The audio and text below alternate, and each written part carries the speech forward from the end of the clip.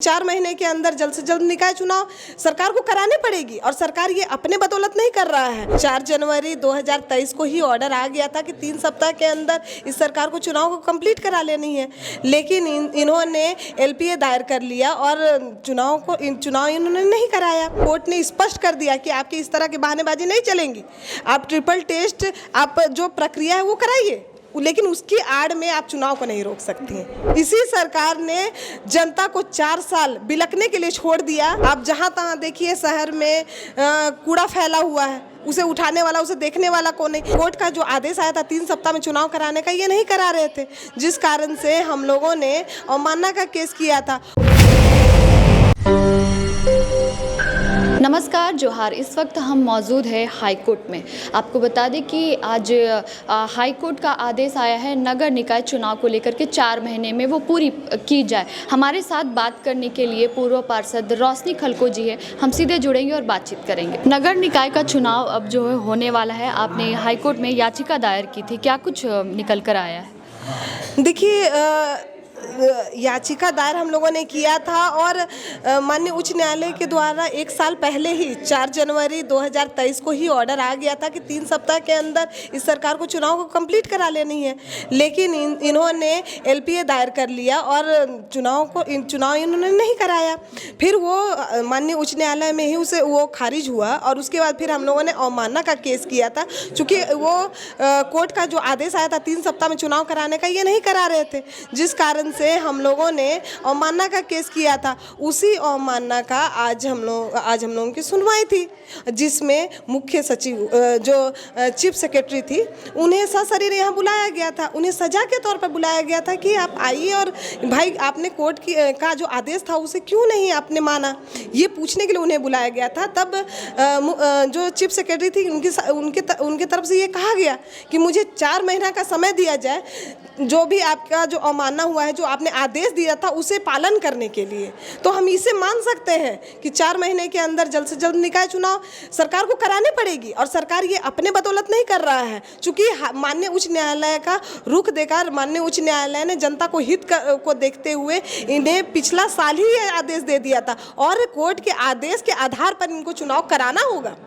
ये triple test को भी लेकर के कहा जा रहा था कि ट्रिपल टेस्ट कराना है, उसके बाद ही जो चीज़ें हैं वो निकल कर आएंगी, उस पर क्या कहेंगे? देखिए, ट्रिपल टेस्ट तो होना ही चाहिए था, लेकिन मैं पूछना चाहती हूँ इस सरकार को कि 4 साल लंबा वक्त होता है। पंचायत चुनाव के टाइम ही आपने एफिडेविट दिया था कि मैं अगला चुनाव जो भी कराऊंगा, मैं जो ट्रिपल टेस्ट है वो कराऊंगा, लेकिन 4 साल आपकी नींद नहीं खुली।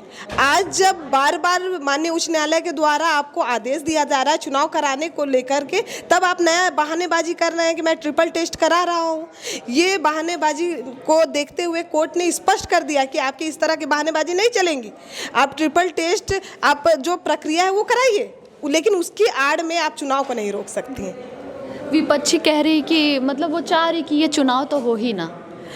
देखिए, सरकार का जो ढोल मोल रवैया है उसे देख कर तो हम लोगों को यही लग रहा है कि सरकार बिल्कुल भी नहीं चाहती है कि जो शहरी निकाय के जो लोग हैं उन्हें मूलभूत सुविधाएं मिले और उन मूलभूत सुविधाएं, उनकी जो समस्या है वो ख़त्म हो।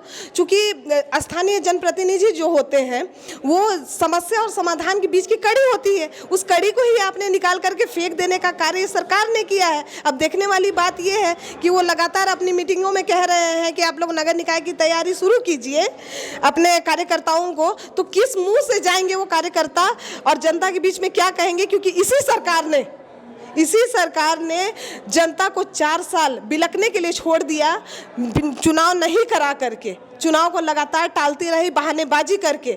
अब मैं बस इतना ही कहना चाहती हूँ कि माननीय उच्च न्यायालय को मैं तहे दिल से धन्यवाद देना चाहती हूँ कि उनके आदेश पर कम से कम ये सरकार जल्द से जल्द निकाय चुनाव करा दे और जनता को उनका जो अधिकार है, उनका जो हक है वो मिल सके।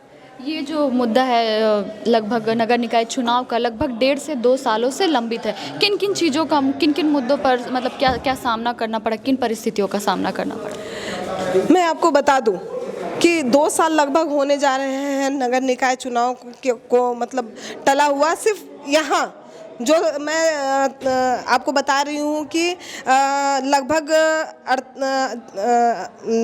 को लगता है 49 नगर निकाय है, जिसमें देवघर सहित 12 नगर निकायों का कार्यकाल तो 2020 में ही खत्म हो गया था, और उसके बाद रांची सहित बाकी जो 35 नगर निकाय हैं उनका कार्यकाल हम लोगों का 2023 में 22 में ख़त्म हुआ। तो इतना लंबा समय जनता ने लगातार सफ़र किया। कभी रोड, आपने देखा होगा रोड की स्थिति क्या थी, जुटको कोड़ के छोड़ दिया था और लगातार दुर्घटनाओं पे दुर्घटनाएं होती गई। मैं उदाहरण सहित आपको बताना चाहती हूँ कि स्ट्रीट लाइट की मरम्मती करने वाली जो कंपनी थी, उसका जो अवधि विस्तार का समय होता है वो नवंबर में ही ख़त्म हो गया है, लेकिन इन्होंने आज तक उसका अवधि विस्तार नहीं किया। तो अब देखने वाली बात ये है कि लाइट का मेंटेनेंस करेगा कौन? ऐसे में पूरे शहर की जनता अंधकारमय है। वैसी ही स्थिति है आपकी कूड़ा की। आप जहाँ तहाँ देखिए शहर में कूड़ा फैला हुआ है, उसे उठाने वाला, उसे देखने वाला कौन है?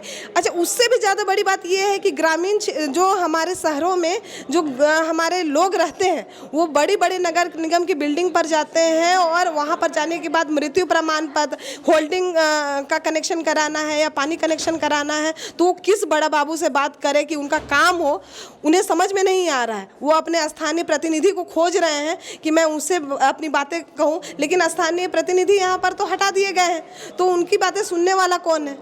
तो इस तरह की जनता लगातार सफ़र कर रही है। अब देखिए छोटी छोटी मूलभूत सुविधाओं के लिए लोग बिलख रहे हैं, रो रहे हैं, और कहाँ जाए उन्हें आसरा नहीं मिल रहा है।